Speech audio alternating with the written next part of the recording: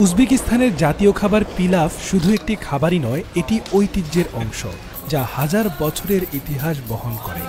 দর্শক, আজকের ভিডিওতে দেখতে চলেছেন উজবেকিস্তানের বিশাল একটি রেস্টুরেন্টে কিভাবে এই ঐতিহাসিক খাবারটি রান্না করা হয়। চলুন দেখি আর এর ইতিহাস জানি। পিলাফ, যা উজবেকিস্তানে পালো নামে পরিচিত, মধ্য এশিয়ার অন্যতম প্রাচীন খাবার। এর উৎপত্তি 1000 বছরেরও আগে। এটি সিল্ক রোডের সময়কার একটি গুরুত্বপূর্ণ খাবার হিসেবে পরিচিত ছিল। সিল্ক রোড দিয়ে বাণিজ্য করতে আসা ব্যবসায়ীরা এই খাবার নিয়ে যেতেন কারণ এটি সহজেই পরিবহনযোগ্য এবং পুষ্টিগুণে ভরপুর ছিল। একটি কিংবদন্তি অনুসারে পিলাফের রেসিপি প্রথম তৈরি হয়েছিল উজবেকিস্তানের সমরখন্দে। বলা হয়, তিমুর সাম্রাজ্যের সৈন্যরা যুদ্ধক্ষেত্রে শক্তি যোগানোর জন্য পিলাফ খেতেন। আজকের দিনে এটি শুধু একটি খাবারই নয়, উজবেকিস্তানের সামাজিক এবং সাংস্কৃতিক জীবনের একটি গুরুত্বপূর্ণ অংশ। বিশেষ অনুষ্ঠান, বিবাহ বা উৎসব, সব জায়গায় পিলাফের উপস্থিতি দেখা যায়।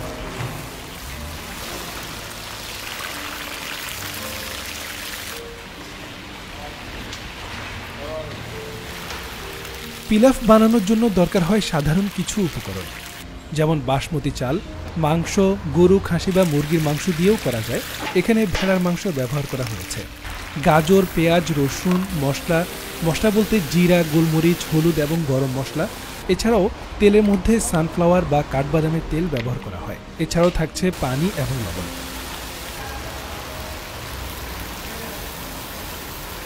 দর্শক, রান্নার ধাপগুলো এতক্ষণে নিশ্চয়ই দেখেছেন, তারপরেও সংক্ষেপে আরেকটু বলি। প্রথমে একটি বড় কড়াই বা কাজান নামের বিশেষ পাত্রে তেল গরম করে পেঁয়াজ সোনালি করে ভাজা হয়। পেঁয়াজ ভাজা হয়ে গেলে এতে মাংস যোগ করতে হবে। মাংস ভালোভাবে ভাজা হলে লবণ এবং মশলা দিয়ে দিতে হবে। এরপর গাজর যোগ করে নেড়ে নেওয়া হচ্ছে। এটি পিলাফের স্বাদ এবং রঙের জন্য অত্যন্ত গুরুত্বপূর্ণ। গাজর ভাজা হলে মাঝখানে রসুনের গোটা কোয়া রেখে পাত্রে পানি ঢালতে হবে। এটি 10 থেকে 15 মিনিট ঢেকে রান্না হতে দিতে হবে। পানি কিছুটা শুকিয়ে এলে এতে ধোয়া চাল যোগ করতে হবে। চালের উপর সামান্য মশলা ছিটিয়ে দিতে হবে। এবার পাত্র ঢেকে দিয়ে কম আঁচে 30 থেকে 40 মিনিট রান্না করুন। মশলার ঘ্রাণ এবং চালের নরম দানা জানান দেবে যে পিলাফ প্রস্তুত।